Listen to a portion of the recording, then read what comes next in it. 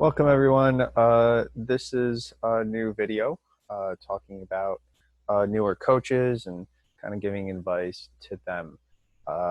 This is a Gladiator Soccer Academy video with partnership with Soccer Perspectives. And if you want more video like this and content like this, you can also find me on my YouTube page, which you can just search up Segev Rabinovich.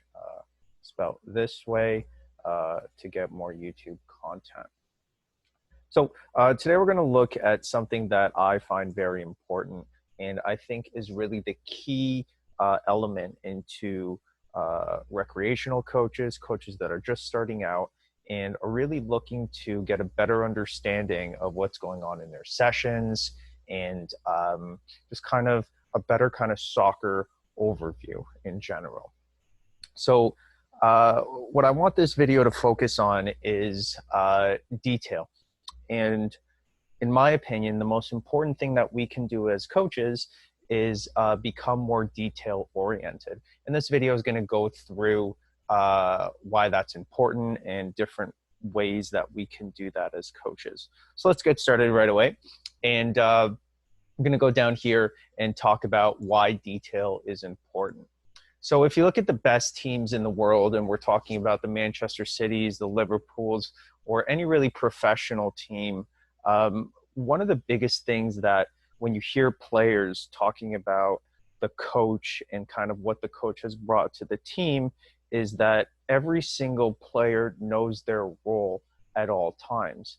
So whether that role is when they have the ball, when they don't have the ball, you know, in different situations on the field. And I've always kind of said that when you can understand something, whatever it is, that leads to creativity. So when a player understands their role and knows exactly what to do at every single moment, their subconscious works with that. And then you're kind of free to think about other things during the game. And that really ignites the creativity. So you might be asking yourself, okay, detail is great, you know, but how do I, as a coach who may not know so much about the game yet, how do I really start this process of detail? And that's a great question. And we're going to talk about that now. So the most important thing, and it's a cliche for a reason, is practice makes perfect, right? So we ask our players, you know, to practice all these moves, to do all these things, but we as coaches don't practice what we preach.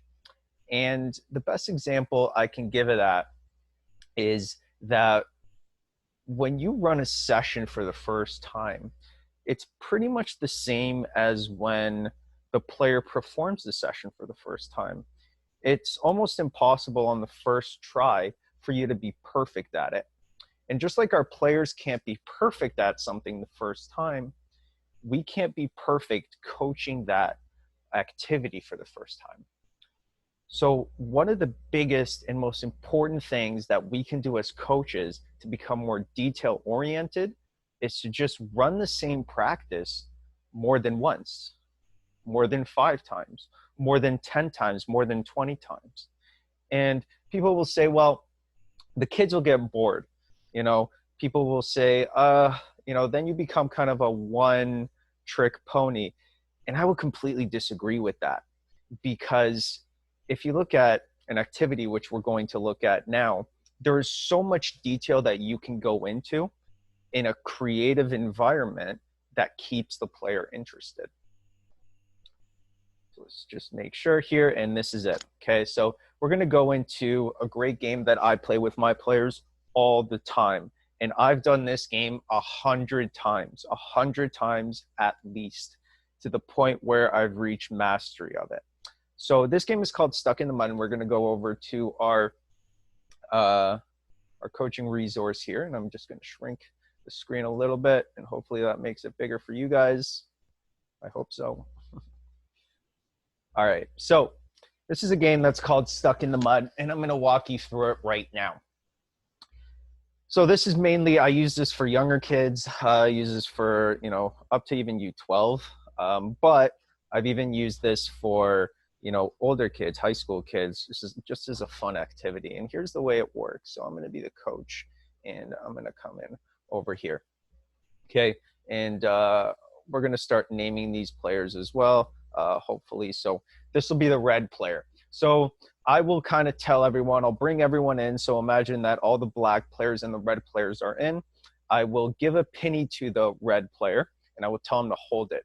And I will say, everyone that does not have a penny, you are going into the area with the ball.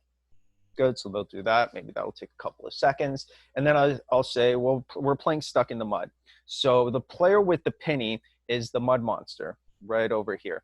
And the mud monster's job is to go and tag any player on the field. So Johnny, who's going to be the red player, Johnny, can you go tag someone? So Johnny goes and he tags this player over here. As soon as the mud monster catches you, you are stuck in the mud, and you are stuck in the mud because you're going to put the ball on top of your head. You're going to open your legs and you're going to spread them out. And in order to get the player back in, then I'll ask Eric over here to dribble over with the ball. We'll use the dribble icon right there. And then they're going to pass the ball in between the player who was stuck in the mud's legs, and then that player is now back in the game. And then I'll go, okay, game starts in 3, 2, 1, and game's on. So that was a very quick way to explain it. Now, when I first did this, my explanation wasn't so quick. But as I did it more and more and more and more and more, I was able to shorten it to phrases and really just kind of focus in on the core elements of what I wanted to convey. So that's what I wanted to do. And for that first time the game is going, the players themselves, they are, being chased and all this, and they're experiencing it for the first time. So when you're experiencing it for the first time, there's no tactics. There's no, it's really tough to kind of see that because you're just kind of getting into the game. Now, one of the things that you start to notice the more you do it is the more detail in the game. So you'll start to kind of notice, after maybe this round, then maybe this player will come out, right? And then this player will become a black player, so they'll switch every round. And you'll start to maybe notice that when, let's say this is one of my, my better players, he'll start to get everyone faster. And you'll start noticing certain patterns that are created with that. And then the more they'll start going, you'll see that maybe when your other better players are out here, and usually the better players, we'll give him back over here. And when those better players are back, they're usually the ones that really want to participate. So maybe if he gets caught or she gets caught, what you'll notice is that this player will start to yell and say, oh, come help, help, help, help, help. And for that first time that you see that, you'll notice that, okay, well, this game, we can actually work on communication, right? Because there's a lot more success when we communicate. So this is what I'm talking about. The more you do an activity, whatever that activity is, whatever that game is, the more detail you'll start to, look for, because you're not so worried about the rules of the game anymore. I mean, one thing that I didn't mention was what happens when this player goes out of bounds. So for that first time that I ran this game, a player would run out of bounds, and then he would go, oh, coach, what do I do now? Or he would just keep playing. And then eventually what will happen is more players are out of bounds, but they're still going, right? So at that point, you as the coach, you're looking and you're going, well, this isn't going well at all, right? So then you stop and you say, okay, well, guys, next time, just remember that we're going to stay inside the mud pit, right? And the mud pit is marked off by this. If you go outside the mud pit, then you come back in and you are stuck in the mud with the ball on your head, right? So that first, 5 minutes or 2 minutes, however long that first round takes, you've just wasted as a coach on the rules. So how is it that you can get into the detail? Well, now the second round, right? Or the fourth time or the fifth time that you're running it, you don't need to worry about the details, because one, the players know what's going on, and two, you as the coach are now able to have your eyes, right, on the details, right? And you're looking at maybe this player, you're maybe looking at this player. Okay, well, are they keeping the ball close to their feet, right? You're seeing that maybe this player will kick the ball away, or they'll be running with the ball rather than dribbling. So then you'll go, okay, well, now this is something that I can focus on in this activity. Do we want to keep the ball close at our feet? Do we want to dribble with the ball, or do we want to run with the ball? Well, if you want to run with the ball, then what can you do? Well, maybe I can make the area bigger because it's too tight for running with the ball, so just kick it out. So details will start to emerge, right? The more you do this activity.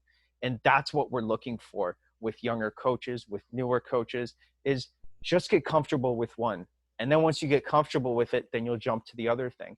And then what you'll see is then maybe if we go into a regular game, is that, let me just reset, maybe these themes that we worked on today, like, we talked about communication. Well, is communication important in the game? Yeah, and we worked on that today. So maybe now, if, let's say we're playing just a small-sided game of 3v3, or you know what, let's give it a 4v3 so we can grab that diamond shape that we all love, just like that. So let's say now this player has the ball, okay? And, right, the defending team, let's grab, here we go. The defending team will come and pressure the ball, okay? So we'll talk about, as that player comes to pressure the ball, well, what can these two do? Right? And you can ask that question, and maybe they won't know. And then you can go, well, remember in Stuck in the Mud when you were in trouble, when your team was in trouble or you were in trouble, what did you do? Well, I yelled, right? I communicated. So then these themes start to come out, right? And you'll start to notice it, right? And then you can say, well, if you have space, right? Do you remember when you had space and Stuck in the Mud? Did you keep that ball close, or did you maybe give it a little bit further of a touch to run with the ball, right? So these concepts are starting to come out more and more and more the more detail you go into it. And it's simply you getting better as a coach. The players are getting more out of it because you as a coach is getting more out of it. And it's kind of that relationship that you're building between the game, you, and the player. I hope you enjoyed this video. If you are looking for more, again, you can go into our YouTube page, which is, you can look up my name. You can also go into the Sportspective page, which is also a great resource for coaches. And hopefully this is where you found it as well. Take care and keep coaching.